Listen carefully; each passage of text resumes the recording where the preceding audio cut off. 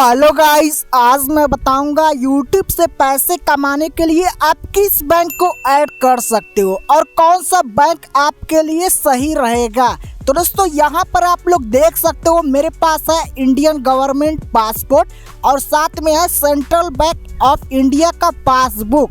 तो दोस्तों ये सेविंग अकाउंट है, यानी कि दोस्तों मैंने अपना account central bank of India के यहाँ पे ब्रांच में खुलवा रखा है। तो दोस्तों यहाँ पे लिखा हुआ है सेविंग अकाउंट, ये सरकारी बैंक है और ये सेविंग अकाउंट है, बचत खाता। तो दोस्तों यही बैंक मैंने अपने गूगल एडसेंस में लिंक किया था, जोड़ा था। तो दोस्तों आज मैं आपको यही सारी बातें बताऊंगा कि सबसे अच्छा बैंक कैसे पता लगा सकते हो और यहाँ पर कौन सा बैंक आपको गूगल एडसेंस से लिंक करना चाहिए, ताकि दोस्तों आपके पेमेंट आने में कोई प्रॉब्लम ना हो। और ये भी बताऊंगा सरकारी बैंक और प्राइवेट बैंक में क्या क्या डिफरेंस होता है और कैसी प्रॉब्लम को आपको फेस करना पड़ता है। तो दोस्तों अभी मैं आपको मोबाइल के स्क्रीन पर लाइव दिखाऊंगा ये डेमो करके, और एक एक प्रोसेस के बारे में मैं बहुत ही डिटेल में बताऊंगा। तो दोस्तों पिछली वीडियो में आप लोगों ने देखा था कि मैंने किस तरह से बताया था कि मैंने अपने गूगल एडसेंस में एक गवर्नमेंट यानी कि सरकारी बैंक को लिंक किया था। अब दोस्तों उसमें प्रॉब्लम क्या होता है ये भी मैं आपको इस वीडियो में लाइव डेमो करके दिखाऊंगा। तो चलिए वीडियो स्टार्ट करते हैं। मेरा नाम है रोहित और आप देख रहे हैं इस वक्त टेक बैंक। तो दोस्तों यहाँ पर आप लोग देख सकते हो साइड में स्क्रीनशॉट लगा रहा है। तो दोस्तों यहाँ पर आप लोग देख सकते हो ये गूगल चालू हो गया। अब दोस्तों यहाँ पे मैं एडसेंस सर्च करता हूँ, ये ऐसी एडसेंस दोस्तों मैंने सर्च किया। उसके बाद दोस्तों यहाँ पे आपको दो इंटरफेस दिख जाएगा, एक पहला वाला एक दूसरा। तो दोस्तों आपको दूसरे वाले पे क्लिक कर लेना है, ये डायरेक्ट आपको गूगल क्रोम पे रीडायरेक्ट करेगा जहाँ से आपने अपना गूगल एडसेंस बना रखा था गूगल अकाउंट।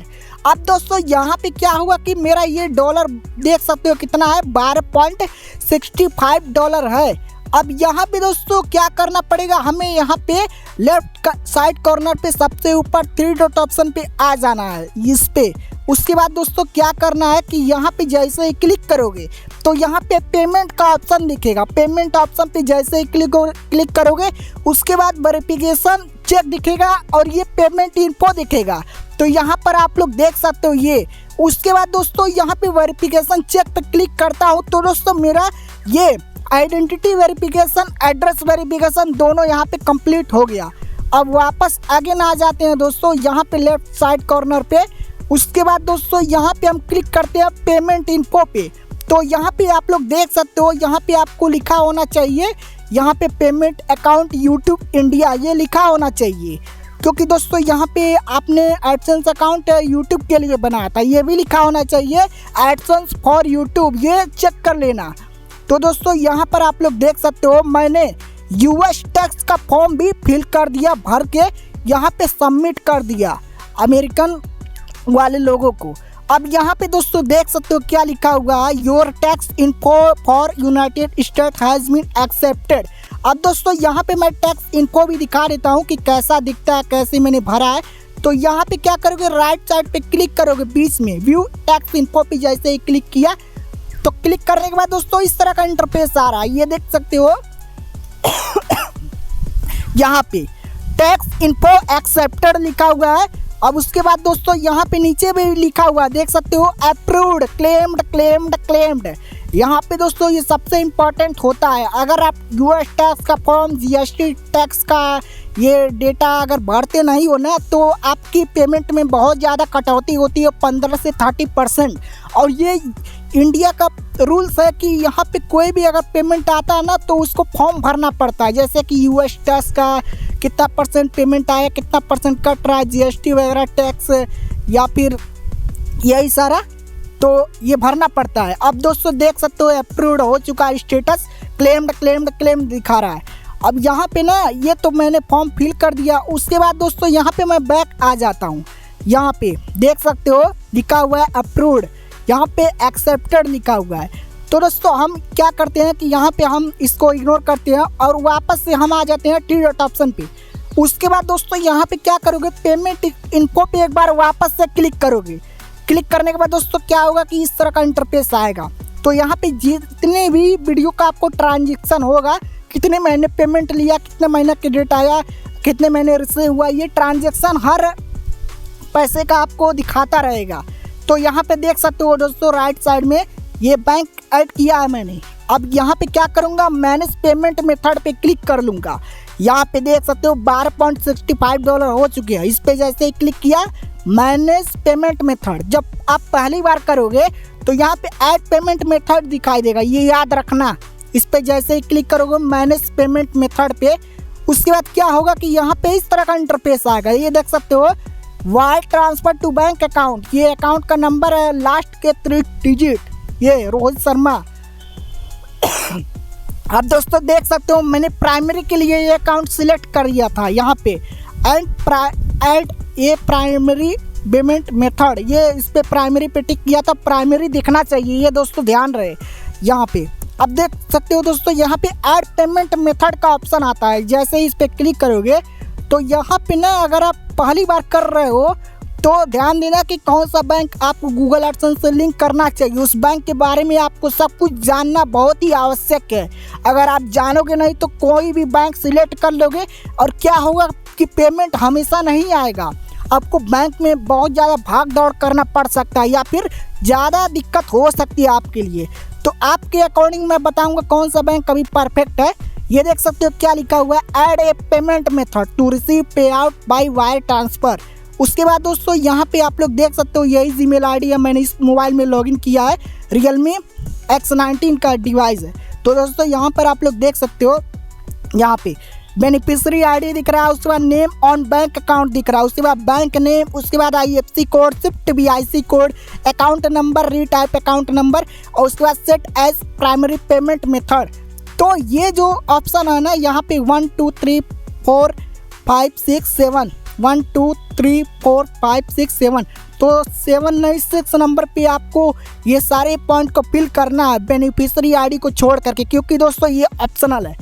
अब दोस्तों यहाँ पे मैं आपको बताता हूँ कौन सा बैंक सही है। देखो दोस्तों कि जैसे अगर आप प्राइवेट बैंक में जाते हो तो वहाँ पे आपको बेस्ट सर्विस मिलती है। यहाँ पे आपके साथ ये भी होता है कि यहाँ पे जल्द से जल्द आपका पेमेंट बहुत ही जल्दी आ जाता है, क्योंकि प्राइवेट जो बैंक होता है असल में वो बहुत ही अच्छा होता है और उसमें ज़्यादा आपको दौड़ना नहीं पड़ सकता है, भाग दौड़ नहीं करना पड़ सकता है, बहुत ही जल्दी आपका पेमेंट आता है, रिसीव होता है। सरकारी बैंक दोस्तों इसमें बहुत ज़्यादा आपको भाग दौड़ करना पड़ सकता है। जैसे कि आपका जब पहला पेमेंट आएगा ना तो उसके लिए आपको रेमिटेशन का फॉर्म वगैरह भरना पड़ सकता है, जैसे कि वो सरकारी बैंक की तरफ से उसका फॉर्म आएगा, फिलअप करना पड़ सकता है। जैसे कि सरकारी बैंक वाले आपके पेमेंट पे थोड़ा सा बुरा नज़र डाल सकते हैं कि कहाँ से पेमेंट आया है, जैसे कि शक करते हैं थोड़ा थोड़ा, इसलिए दोस्तों रेमिटेंस का फॉर्म भरना पड़ सकता है। इसके लिए या तो आपको बैंक से लोग बुलावा भेज सकते हैं या फिर बैंक ही आपको जाना पड़ सकता है। तो जैसे ही दोस्तों रेमिटेंस का फॉर्म भर दोगे रेमिटेशन का, तो उसके बाद वो कहेंगे कि आपका पेमेंट आपको बैंक में भेज दिया जाएगा, कोई दिक्कत नहीं है। वो फॉर्म जैसे ही दिखा दोगे रेमिटेशन का, तो यही होता है दोस्तों। अब दोस्तों ये बताता हूँ कि सरकारी बैंक क्या होता है। अक्सर में उसमें बहुत ज़्यादा भाग दौड़ करना पड़ता है, उसमें सरकारी कर्मचारी या फिर मैनेजर कोई भी आपकी जो बात होता है ना जल्दी कोई सुनता नहीं है। तो यही दोस्तों बताता हूँ। लेकिन दोस्तों क्या होता है, सबका अपना अपना पसंद होता है, कोई सरकारी बैंक ऐड करता है, कोई प्राइवेट बैंक ऐड करता है। लेकिन प्राइवेट जो बैंक होता है ये निजी बैंक होता है, ये दोस्तों ध्यान देना, अपना इनका निजी बैंक होता है। अब दोस्तों यहाँ पे मैं इसको मोबाइल में पॉकेट में रखता हूँ। उसके बाद दोस्तों यहाँ पे मैं आ जाता हूँ, देख सकते हो ये पासपोर्ट। अब दोस्तों यहाँ पे मैं प्राइवेट बैंक की जैसे बात करूँ, जैसे कि ये प्राइवेट बैंक होता है ICICI बैंक, या फिर यहाँ पे एक्सिस बैंक हो गया, या फिर HDFC बैंक हो गया, या फिर यहाँ पे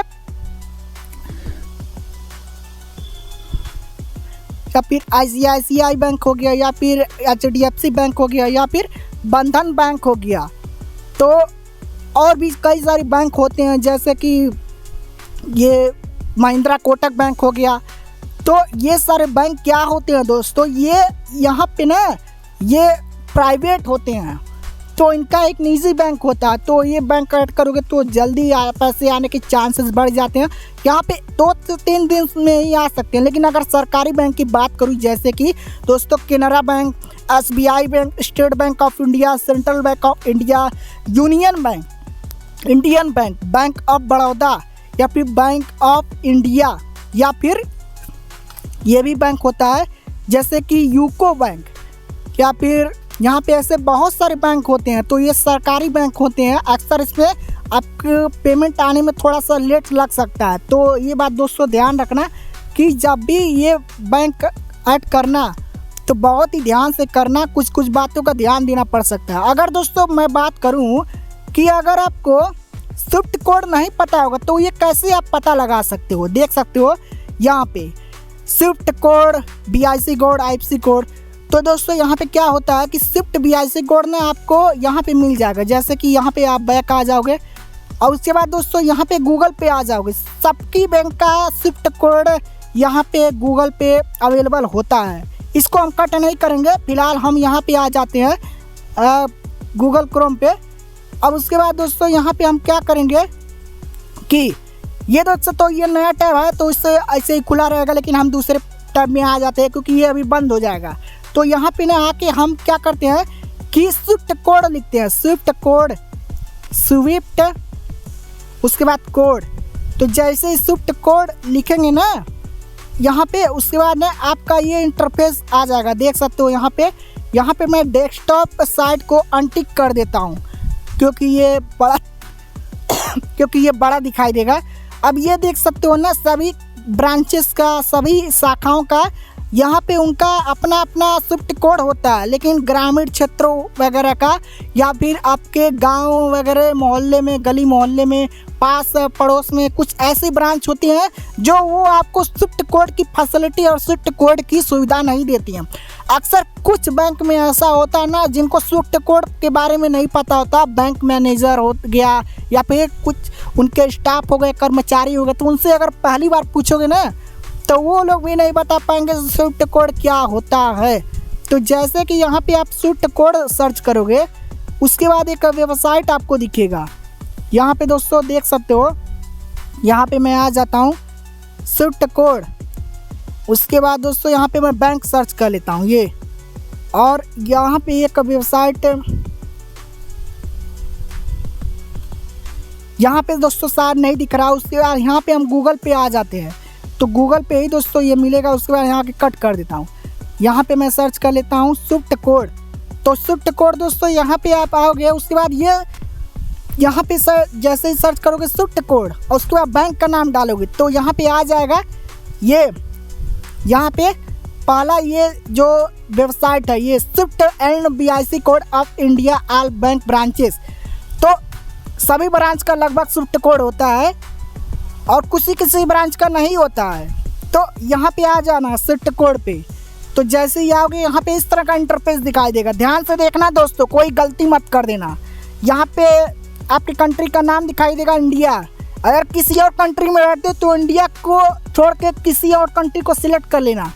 ये सिलेक्ट बैंक नेम डाल देना, जैसे कि मेरे बैंक का क्या नाम है, ये बैंक का नाम है। जैसे कि यहाँ पे मैं डाल देता हूँ दोस्तों क्या, सेंट्रल बैंक ऑफ इंडिया डाल देता हूँ। उसके बाद यहाँ पे सिलेक्ट स्टेट नेम डाल देता हूँ, किस स्टेट से हो, आपका कौन सा स्टेट है, राज्य है, मध्य प्रदेश, महाराष्ट्र, पंजाब, राजस्थान, उत्तर प्रदेश, वेस्ट बंगाल, चंडीगढ़, गुजरात।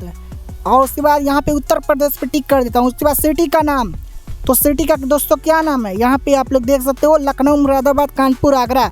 उसके बाद यहाँ पे लखनऊ सर्च कर लेता हूँ क्योंकि लखनऊ आ रहा है। यहाँ पे सिटी में शायद गोरखपुर भी नहीं आ रहा है, लखनऊ आ रहा है तो सिलेक्ट कर लिया। उसके बाद यहाँ पे लखनऊ यहाँ पे इंटर कर देता हूँ। उसके बाद देख सकते हो ये है इसका स्विफ्ट कोड, ये इस बैंक का स्विफ्ट कोड ये है।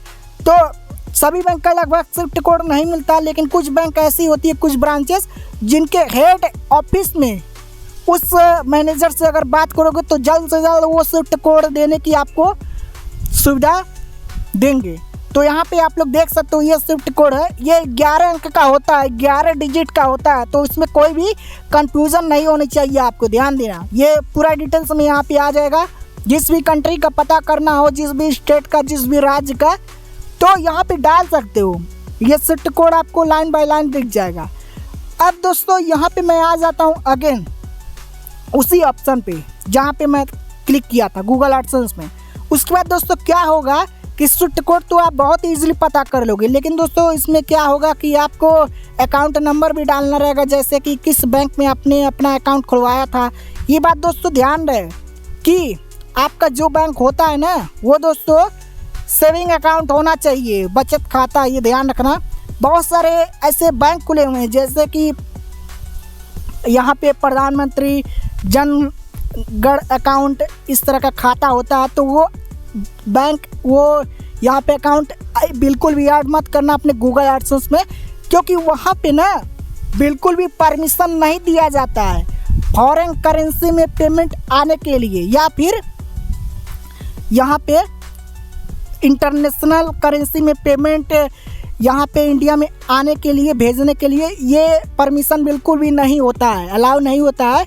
तो ये ध्यान रहे कि वहाँ पे आपको बिल्कुल भी एलिजिबिलिटी नहीं मिलता है, तो वो बैंक बिल्कुल भी मत ऐड करना, जैसे कि प्रधानमंत्री जनगण बैंक अकाउंट, जनगण अकाउंट, ये बैंक ऐड मत करना। उसके बाद दोस्तों यहाँ पे मैं आ जाता हूँ मैनेज पेमेंट मेथड पे। इस पे तो मैंने अपना बैंक पहले से ऐड करके रखा हुआ है, अब दोबारा मैं नहीं करूँगा। यहाँ पे ऐड पेमेंट मेथड पे इस पर क्लिक करूँगा तो यही सारा इंटरफेस दोस्तों दिखाई देता है, देख सकते हो यहाँ पे ऐड पेमेंट मेथड। तो दोस्तों बहुत ही ध्यान से आपको सिलेक्ट कर लेना है, कोई भी मिस्टेक नहीं करना है। यहाँ पे beneficiary ID, name on bank account, name on bank account में दोस्तों आपको अपने बैंक का नाम नहीं, अपना नाम ऐड करना है जिस के नाम से आपका बैंक अकाउंट खुला होगा। तो आपके घर में ऐसे बहुत सारे लोग हैं जिनके नाम से बैंक अकाउंट खुला होगा, अकाउंट का नाम वहाँ पे नहीं डालना होगा, उनके नाम डालना होगा यहाँ पे नेम ऑन बैंक अकाउंट। उसके बाद बैंक नेम क्या है, जैसे कि पंजाब नेशनल बैंक हो गया, या फिर यहाँ पे ये भी हो गया सेंट्रल बैंक ऑफ इंडिया हो गया, या फिर केनरा बैंक हो गया, या फिर ICICI बैंक हो गया, या फिर यहाँ पे एक्सिस बैंक हो गया। तो दोस्तों ये बात भी ध्यान देना, कुछ सरकारी बैंक कुछ प्राइवेट बैंक, दोनों में डिफरेंस मैंने बता दिया बहुत ही ईजिली। उसके बाद दोस्तों ये ध्यान देना कि set as primary payment method पे क्लिक कर लेना, ये ध्यान देना है। बाद में जब ये फिल कर लोगे पहला beneficiary ID, name on bank account, bank name, IFSC code, Swift code मैंने बता दिया। उसके बाद दोस्तों यहाँ पे आप लोग देख सकते हो IFSC कोड मैंने बता दिया, तो पूरा डिटेल्स में मैंने बताया। उसके बाद दोस्तों अकाउंट नंबर भी बताया, और उसके बाद दोस्तों यहाँ पे देख सकते हो रीटाइप अकाउंट नंबर। उसके बाद दोस्तों यहाँ पे मैंने क्या किया है कि set as primary payment method, इस पर जैसे ही क्लिक करोगे यहाँ पे सेव करोगे, और उसके बाद यहाँ पे दोस्तों क्या होगा कि ये सब कुछ यहाँ पे सबमिट कर देना। उसके बाद आपका बैंक अकाउंट ऐड हो जाएगा, थोड़ा प्रोसेसिंग वगैरह चलेगा। अब उसके बाद दोस्तों यहाँ पे मैं जीमेल पे आ जाता हूँ, तो मैंने US टैक्स का फॉर्म भी भरा था, यहाँ पे आप लोग देख सकते हो। अब लगभग उसी जीमेल को मैं क्लिक कर लेता हूँ। अब दोस्तों यहाँ पे मैं क्या करता हूँ, ये देख सकते हो गूगल पेमेंट का इस तरह से मेल आ जाएगा जब फॉर्म वगैरह भर लोगे। ये देख सकते हो यहाँ पे your tax information has been approved, ये आ जाएगा इस तरह का नोटिफिकेशन। उसके बाद दोस्तों यहाँ पे सब कुछ लिखा रहेगा, ये ध्यान देना। और उसके बाद यहाँ पे क्या होगा कि ये पेमेंट मेथड, यहाँ पे मेल इसका इस तरह से आएगा, payment method update for Rohit Sharma. इस तरह से दोस्तों आप सब कुछ ऐड कर सकते हो। तो दोस्तों आई होप कि ये वीडियोज़ आपको अच्छा लगा होगा। मैंने सब कोई जानकारी आपको इस वीडियो में दे दिया, और ये भी बता दिया कि कौन सा बैंक ऐड करना चाहिए, कौन सा बैंक नहीं, कौन सा बैंक आपके लिए सही रहेगा, प्राइवेट या फिर सरकारी। तो आज की वीडियो में दोस्तों इतना ही, बाकी मिलते हैं दोस्तों एक और वीडियो में।